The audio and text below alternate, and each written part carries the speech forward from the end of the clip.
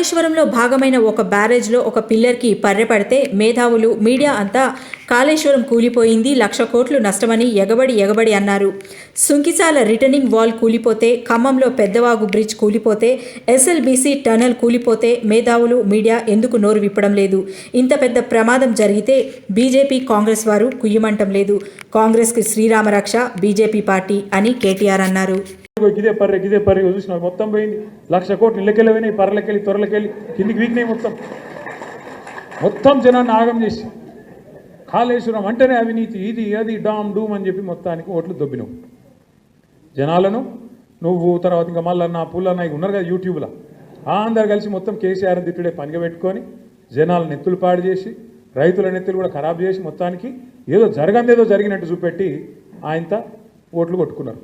మరి నేను అడుగుతున్నా, ఈరోజు ఇదే మేధావులను, ఈ రాష్ట్రంలో ఉండే మీడియాను కూడా నేను అడుగుతా ఉన్నాను. కాళేశ్వరంలో ఒక్క బ్యారేజీలో ఒక్క పర్రె పడితే దానికి ఇంత లొలిపెట్టిరు మీరు. మరి అలా సుంకిశాల కూలిపోతే, అక్కడ రిటైనింగ్ వాల్ కూలిపోతే ఎవ్వరు మాట్లాడరు. బీజేపీ వాడు మాట్లాడాడు, కాంగ్రెస్ వాడు కుయ్యనడు. ఎస్ఎల్బీసీలో 2.5 కిలోమీటర్ల టనెల్ కూలిపోతే ఎవరు మాట్లాడరు. మీ కాడ ఏం ప్రాజెక్ట్ అది?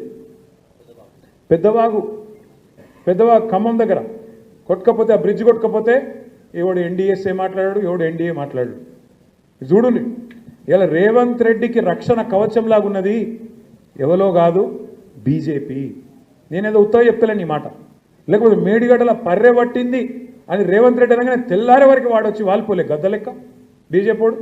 ఎన్డీఎస్ఏ అని వస్తుంది, నేషనల్ డ్యామ్ సేఫ్టీ అథారిటీ. వస్తాడు, వచ్చేది ఇట్లా చూసినట్టు చూసి తెల్లారే వరకే బీజేపీ ఆఫీస్లో ఒక రిపోర్ట్ తయారు చేసి ఇక్కడ ప్రజల మీద వేసి ఎలక్షన్లలో గోల్మాల్ చేసి, మరి ఇలా ఎస్ఎల్బీసీలో టన్నల్ కూలి దాదాపు 72 గంటలు అవుతాను. ఎందుకో రాడు, మరి ఎన్డీఎస్ఏ రాదు, ఏ బీజేపీ వాడు మాట్లాడాడు, ఎవరి నోరు పెగులుతలేదు. కిషన్ రెడ్డి మాట్లాడాడు, బండి సంజయ్ అన్నాడు, ఎందుకు? ఏమొచ్చింది ఇబ్బంది మీకు?